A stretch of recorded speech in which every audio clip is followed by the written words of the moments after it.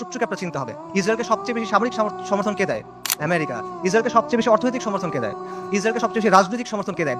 America. শত্রুর নির্মমতা বা শত্রুর নিষ্ঠুরতা এটা আসলে এখানে মূল সমস্যা না, কারণ এর চেয়েও নির্মম, এর চেয়েও নিষ্ঠুর ঘটনা আমাদের ইতিহাসে ঘটছে, এই উম্মার সাথেই ঘটছে।